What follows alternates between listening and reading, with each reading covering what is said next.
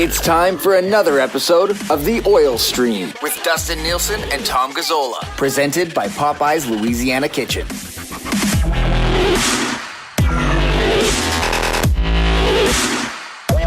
Well, happy Wednesday, everyone. Nielsen and Gazzola with you here to dissect the end of the world today, according to some.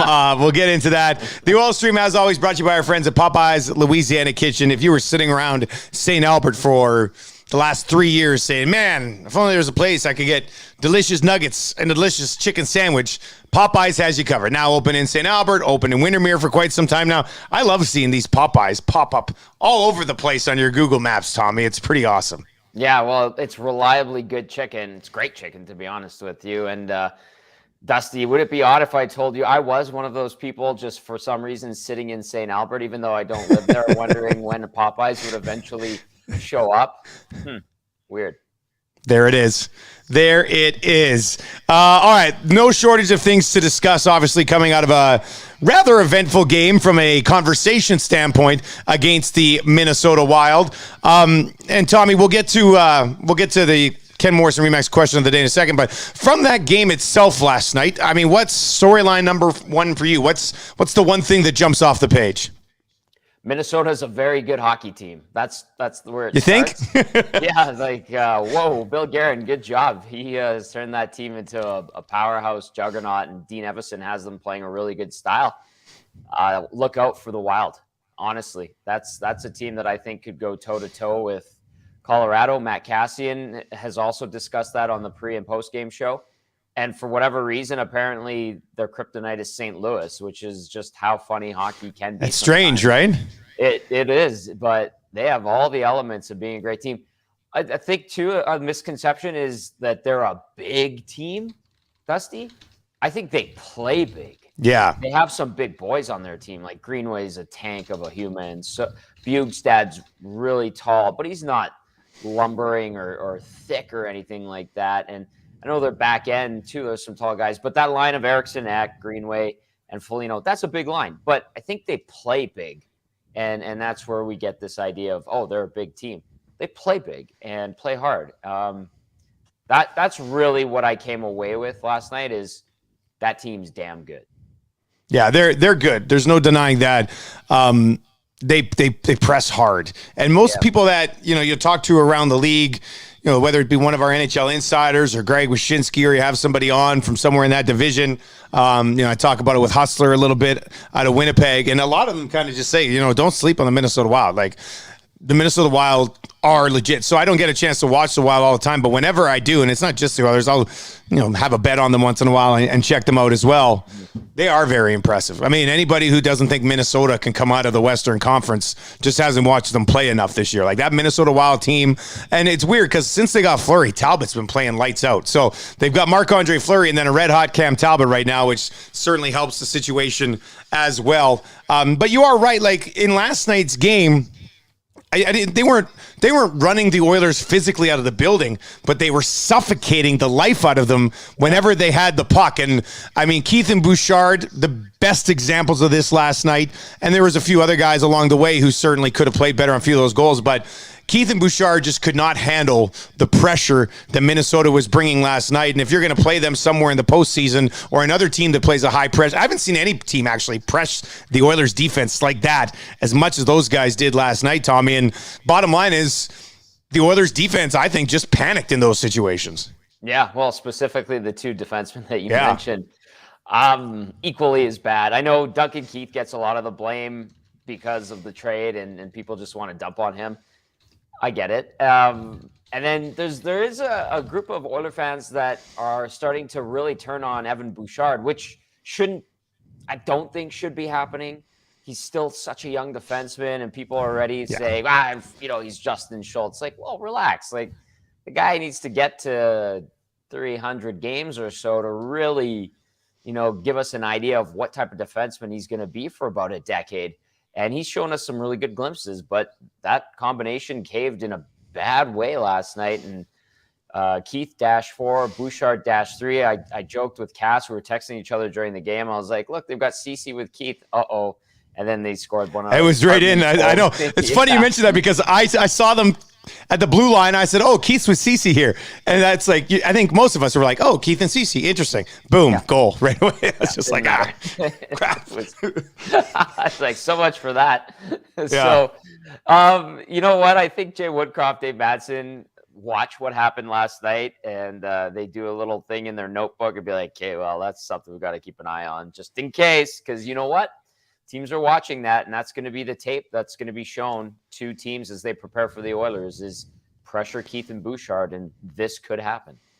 You would think Keith, and I had somebody text today and said, Dusty, Keith's been a train wreck for a month. And I don't think Keith's been a train wreck for a month. I would think train wreck is a fair way to describe the way he handled the puck in some pressure situations and left a guy wide open in front of the net behind him. I mean, it was not a good night for Duncan Keith. Bouchard's the interesting one because, I mean, I think you should be able to look at where he's at now and say he needs to be a lot better without being like, well, he's kind of not going to be able to play. Like, he can't play. That's not the case. Like, Bouchard is still very early into his National Hockey League career.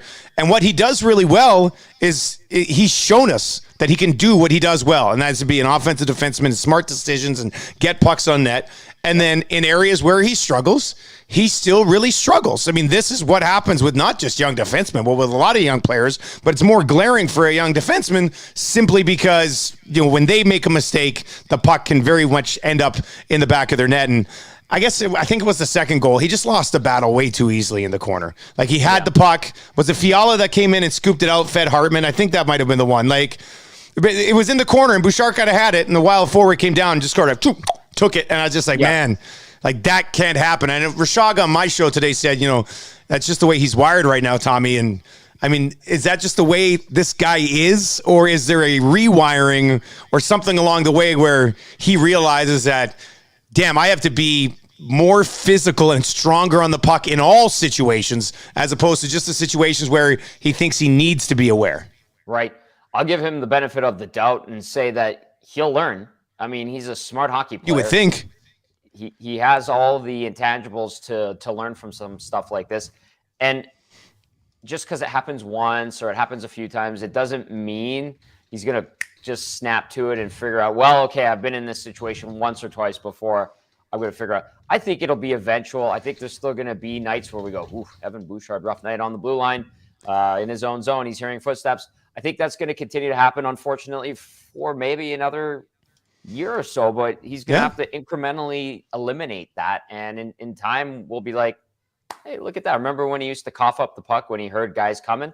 Not so much anymore. That's a sign of maturation. And Jeff Petry's a good example of that. He would do the same thing. And he was shipped out of here, I know, during the Dallas Aikens, Craig McTavish era, and he turned into a really good defenseman. He was very soft as an Oiler. He wasn't a very tough defenseman, and he learned that he was big and could be strong and have a little bit of meanness to him. And there's nothing to suggest Evan Bouchard can't do the same thing. I know that he seems calm, and it's funny to joke about calling him old man Bouchard and all that stuff, but old man Bouchard could turn into old mean man Bouchard. I don't think it's going to happen, but it could happen. You know what I mean? Like, guys figure it out and it clicks. And he hasn't even played 100 games in the National Hockey League yet. And this is his first full season. Like, this is technically, in my opinion, his rookie year. I mean, he played 7 games one year. He played 14 games last year.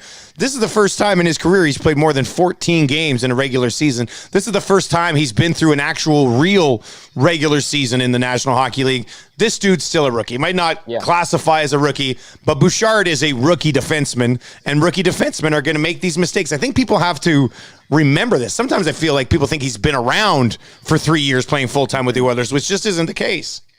It serves as a reminder as well. I was thinking about this last night, and I think I mentioned it a little bit on the show, or kind of dabbled a little bit on this thought. It's like someone texted in and said, well, wouldn't Broberg be a good idea to call up right now and have him with his puck-moving ability?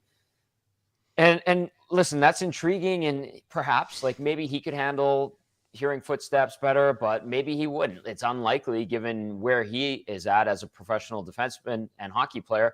I think it serves as a reminder too that, you know, having too many young guys on the blue line at one time, developing and learning, can be a detriment. And listen, you can make the argument, hey, Keith, an old guy on the blue line, he makes a ton of mistakes, but you know, it was something to the effect of going down that road, like, well, isn't there a young guy ready right now that you could just thrust in there? And you're like, yeah, but if you do that, remember, you're going to have two guys now on that back end who have rough nights like this because they're learning and they learn through mistakes. So just something that kind of crossed my mind and I thought was noteworthy. All right, a couple of other things to get to. Evander Kane versus Hartman. Evander Kane versus a bunch of the Wild. And, man, you should have seen the hot takes coming in on this morning on the Nielsen Show on TSN 1260. People are like, Dusty, Kane was a man by himself. Nobody else came in there. So I literally, at 9:30, watched the video and explained everything that happened while I was watching it. And brilliant. Barry and Kulak get there, but they were at the other end of the ice when it all started. So they're going to take a little bit while to get there. And I think McLeod, who I know doesn't really want to be involved in that anyway, was just coming on the ice for McDavid or some sort of, so he was a little late getting in as well. But Tommy, like, is there any real legitimate storyline coming out of Kane and Hartman last night? Like, I know, Hartman gets him with one of these and it's $4,200 or whatever it is. But I mean, a lot of people today are like, Dusty, that scrum right there is why the Oilers aren't going to win anything in the playoffs. And I was just like, I don't see it that way. Like, if you want to have a narrative of the Oilers are soft, I'm probably not going to argue with you too much. Like, I don't think it's a hard game playing against the Edmonton Oilers from a physical standpoint when we watch them from our little perch. But in that situation, I feel like you're just cherry picking some sort of storyline that you want from what happened last night with Kane versus Hartman and Kaprizov and Yamamoto and all that stuff. Yeah, first of all, it was fun to watch. I enjoyed it thoroughly. It was. It was great. The one finger salute. It was great. The darn yous and all that were great to read the lips and read darn you when they were yelling at each other. No, that was just a little skirmish. Like, who cares? Like, it's not an example of anything. You summed it up. Like, Yamamoto's going off for a change. He bumps into Kaprizov. Didn't like that he was embarrassed. Like, I saw TSN on SportsCenter last night said breaking the unwritten rule. Get lost with that. I know that's our mothership. Please don't be listening right now, but come on. That's nothing. You know what? Kaprizov tried to score. He's a clever guy, and for him to go between the legs to make it 6-1, who gives a crap, man? Honestly. So Yamamoto gets embarrassed, goes and whacks him. They get into it. First guy back is Kane because he's closest, and he gives Kaprizov a shot. Great. Yeah. Good. You're getting smoked. Like, do something. So he does, and then a bunch of guys jump in, and then, like you said, a bunch of them come in eventually. I think it's being overblown. Listen, they were all in there. The linesmen broke it up like a bunch of donkeys because, you know what, we don't like violence in hockey anymore. And no, it's not an example of it. Should have let him go. Man, for a team that you never get to watch fight, I was like, let these guys go, please. Yeah, it just shows you that they're pissed off and they let their emotions get the better of them and blew some steam off. Who cares? Like, it's not any indicator that Kane is this big, tough guy. We know he's a big, tough guy. He's going after Kaprizov, for crying out loud. Yeah. And there's Yamamoto in there. Like, no, there's no narrative to it, at least in my opinion. Yeah, I didn't think it was as big a story as some people made it out to be, with the Oilers not coming, even Hartman saying they don't even want to stand up for that guy or whatever his quote was after the game. Like, Kane's such an easy target for that. And you know what? I don't know if there's any in this situation with the Oilers. I think they generally like him. From what I've heard, he's been just a model citizen, which is nice. Whether or not that can be done over the course of multiple seasons, or if it even happens here at Edmonton, we'll see. But that's just cherry picking for Hartman. Come on. And people are going to lap that up. And we do. We laughed. I read it on the post-game show, and I was laughing about it. It was great. And then came with the little guy comment. The little guys, yeah. Little guys running around. They're all tough. Well, I said, like, with that scrum late in a blowout nowadays in the National Hockey League, and it felt to me like game one of a playoff series, Kane says something to Hartman. Hartman comes back at Kane. Oh, let's see what happens with Kane and Hartman in game two. Like, now, if it is a playoff series, it might be a quick one with the way the Wild have handled the Oilers so far this season. But I loved all that stuff after the game last night, man. I think that was fun. Yeah. It just adds layers to the intrigue. Yeah. I was like, this is fantastic. So in the first period last night, McDavid, Puljujarvi, Kane played very well. I thought they had a couple of dominating shifts. The rest of the team really nothing. I mean, they were hemmed in. The Wild took it to the rest of that team pretty good. Woodcroft, who has pushed a lot of the right buttons this year, so I'm not going to criticize him because the guy, I think, has done an A-plus job since taking over.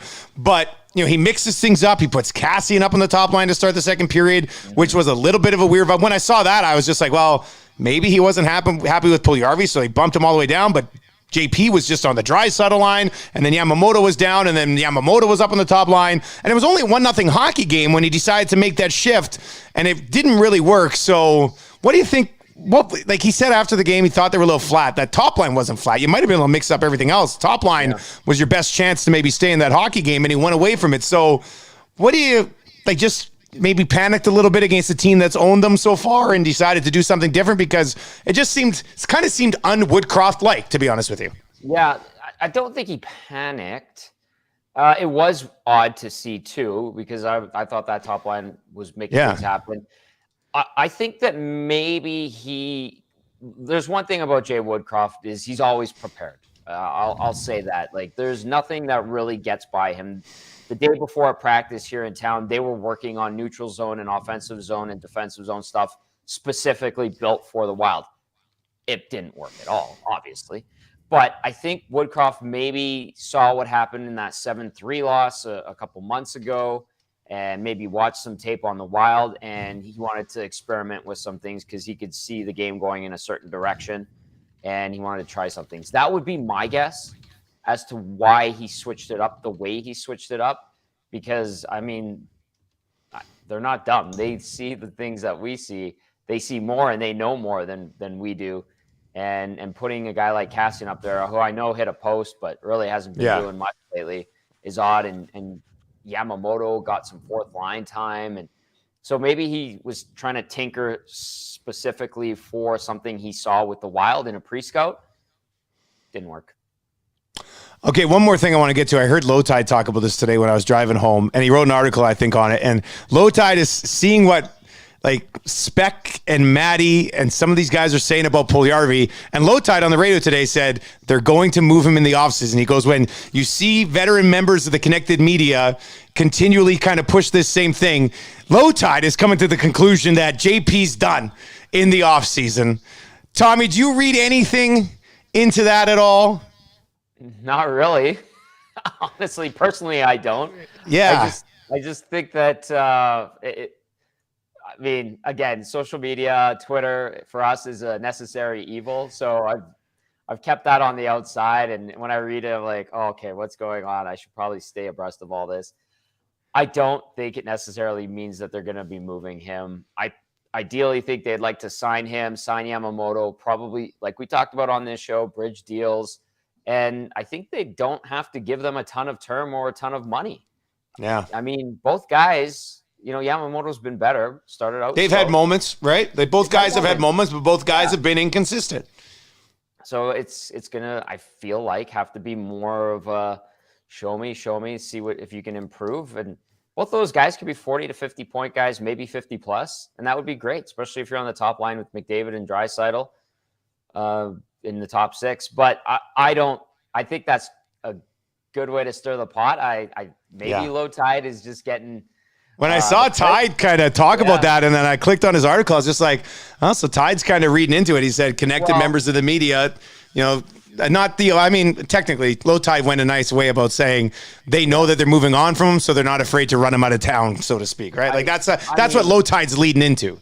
Yeah, and that's juicy, and I like it, and that's the beauty of Lowtide. So, I had Maddie shoot me a note when I was at practice because he's been in COVID protocol. He's doing better, and we hope that he does better and is feeling good and is okay and all that. It sounds like he is, but he was bewildered because of the arguments he was having, and he was texting me about it. And I'm like, okay, what do you want me to say, Maddie? I'd like to see him score more. I see he's doing good things. I see the analytics on him, and I go, this is interesting. I can kind of equate it to what he's doing on the ice. I like when he scores goals. He hasn't been doing that. But, I think that they're just entrenched in this battle with everybody, it feels like. That's how I see it. If you think it's bad now, you should have seen my DMs when I was tweeting out his goals in Finland. Like, you thought it's bad now on Twitter. You should have seen my DMs when I was just like, there's another one. Here's another weird one from today. How about Bob's tweet about Evander Kane? Like 280 goals. I saw that. Cara and Reeves. I was again. I read that. No, like, but that talking about that's almost. I think that's what Lotai's talking about. Is that it's Stoff hinting that maybe Kane will be around on a long-term deal and these other guys won't. You know what I mean? Like you need to have a very wide open mind, I think, when trying to incorporate all of the Edmonton media, us included. Like we're not separating ourselves here. It's just there's a lot going on. Let's just say that, right? So we'll see what happens. The Oilers have invested a lot of time and effort and some money to develop these two young guys on the right side. And to just be like, we're done with you, when they're starting to show some promise or continue to show promise and they're coming into their prime, I think that would be a mistake. And I think that they realized that too. However, we've been fooled many times before by this team, whether it's Ken Holland or Peter Chiarelli or someone else at the helm.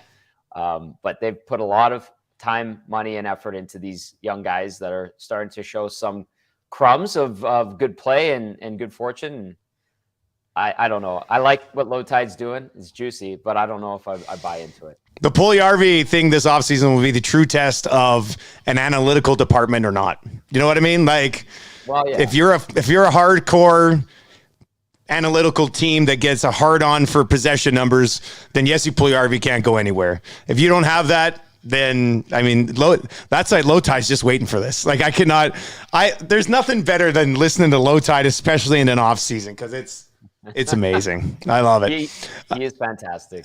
All right, let's get to your Ken Morrison Remax question of the day, brought to you by Ken Morrison. Visit his website at kenrmorrison.com. He's a Remax Excellence Hall of Famer, and you can give him a call as well, 780-993-4815. He's also a member of the Crack Pack. Tommy, what's the question today, buddy? My goodness. All right. For our boy who is a member of the Crack Pack, Ken R. Morrison, Remax Excellence. Question of the day is this, Dusty. Does that 5-1 loss to the Wild worry you, and should it concern the fan base? Does it tell you anything about how this team will perform in the postseason? Or do you flush it, move on, and say, you know what? Hopefully you don't face them in the playoffs. I think I would flush it with the asterisks of hopefully they don't face them in the playoffs. Like, I haven't seen many other. They just, for everybody goes, Dusty, see, that's a playoff team. Minnesota's a playoff team. Oilers can't play them. And maybe Minnesota's the best playoff team. Maybe Minnesota is the best playoff team in the West. And if you have to get out of the conference, you got to knock off Minnesota somewhere along the way. I don't even think that's a stretch with the way they play, because we've watched the Oilers play Colorado a couple of times now, and they look fine against Colorado. They look like a team that could give Colorado a run, but they look like a team that can't even step on the same ice with Minnesota. And as you said, Minnesota has major problems with St. Louis. So, I mean, these playoffs are so much going to come down to it's matchup versus matchup within, like, for a series head-to-head, but within the series head-to-head. And the Oilers just don't match up well against Minnesota. So that loss last night, if they were playing Minnesota in the first round, buddy, and we knew it, I'd be very concerned if I was an Oilers fan. I'd be like, oh, shit, like, we're in a lot of trouble here. But I mean, when do you have to worry about Minnesota? I mean, if the Oilers are second or third, they're not playing Minnesota to a conference final anyway. At that point, they might be on such a roll that it's an entirely different situation. Maybe they have found, a few of these moments in the playoffs that bring them together as a team and they start playing a little heavier on the puck. Maybe Bouchard takes a couple playoff games and settles in with Keith and they're not rushed a little anymore. So, I mean, if you were playing Minnesota immediately to start the playoffs, I'd read into that loss quite a bit last night, but I think the Oilers match up pretty well against some of these other teams that they're going to be playing. So, and those teams are different than the Minnesota Wild. So I'm not reading into last night's loss too much, buddy. Yeah, I don't look at it that way too, as that's going to be an indicator of how they play in the postseason. It's a hard lesson. And at a crucial moment of the season, but the Oilers have put themselves into a good spot, and I think that they can learn a little bit more about themselves, better improve themselves. It starts tomorrow night against Nashville. Simple as that. Be better. You can't make the same mistakes you made against Minnesota. You're probably going to get a little different of a look from the Nashville Predators. So make your adjustments, play well, and get the result, and move on and forget about it. Like, just it's a hard yet valuable lesson. How you handle it, how you come out of it is the more important thing. And I don't think it really tells us much about the postseason that we don't already know about this team. That is your Ken Morrison Remax question of the day. Tommy, we're already 25 minutes in, but there's one more thing I want to get to. And that was that comment from Leon Draisaitl yesterday when he was asked by Rob Titchkos. And I saw some people today say, Dusty, he was pinned in a corner. And he wasn't.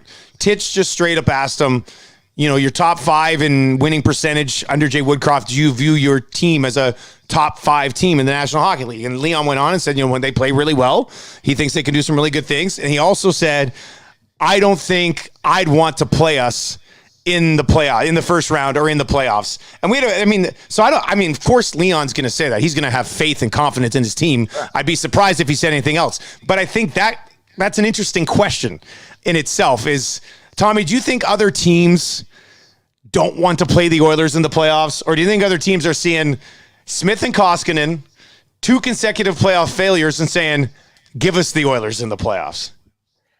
Yeah, if I was in the NHL and I had to look at the Oilers or the Flames or LA, listen, I'd probably not want to play the Flames. I'd look at the Oilers and be like, you know what? We could beat them. All we got to do is get to their goaltending and their defense. There's a recipe that's evident there.